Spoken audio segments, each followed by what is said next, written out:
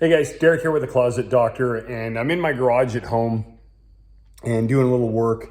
I did clean it out yesterday. It was a long winter. I'm not naturally an organized person. I know I do a lot of lean videos on 3S and being neat and lean, and just so you know that, and if you struggle with this yourself, I'm not a naturally organized person, so I struggle with this, and sometimes I build up and do that in batch process. But I did a couple of improvements this weekend. And one, I'm gonna show you my toolbox here that I've had forever. And I wanna show you a couple of things about the importance of standardization and how it helps you be more organized. I'm gonna show you one of these improvements here. Working on pulling my boat out, getting it ready. And I've got the tower up here in the garage, and we've got a bimini top that folds out on it. My last boat, it just folded out and you hooked up two straps. It was super simple. Well, this one is on the tower and has three arms on it.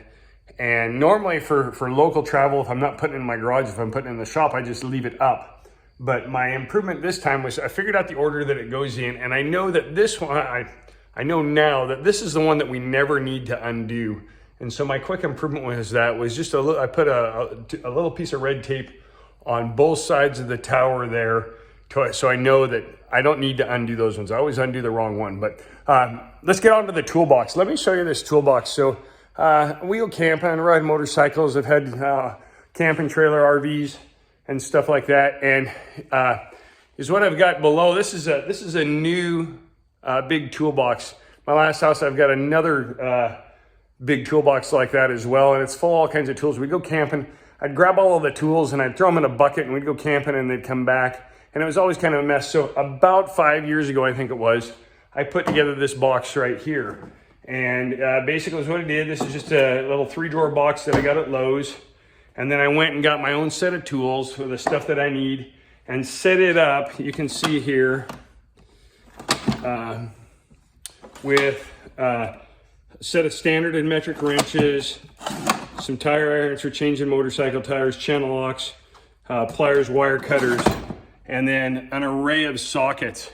So I've had basically this same set of tools for 5 years, and is what I've realized with it, like when you have it cut out and this wrench goes away, that now that you know that it's missing. So that's the conclusion I've come to, is the importance of standardization is it gives, part of that 3S'ing is giving everything a home, not just to have it, but when you're done using it, you know what you're missing. So recently, when we were moving in the shop, this was in there. This has kind of become, I moved out of our other house 1.5 years ago, and I took my big toolbox and I put it in the storage unit that I've got, and it's still at the storage unit. This has been my toolbox for moving, for camping, all around the Western United States in my RV, out to my house that I have with my daughter in St. George. When we travel, I pick this toolbox up, close it up, throw it down, and take it with me. And for about 90% of my tool needs, this covers everything.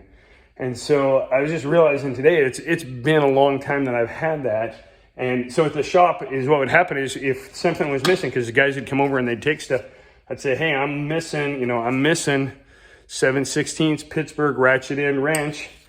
And magically we found everything. I was missing a small socket. I was missing that socket right there.